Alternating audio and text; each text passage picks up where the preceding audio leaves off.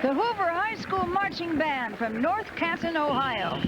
The director, Robert McLeister. The Orange and Black Hoover High School Viking Band is in its 9th Hall of Fame parade. Can you imagine that?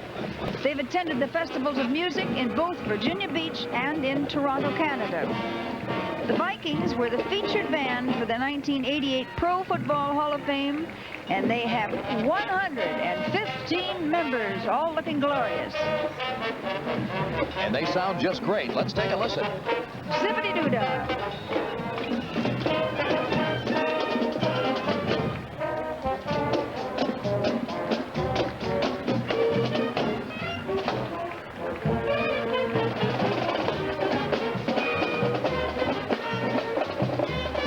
Makes you want to dance. Absolutely.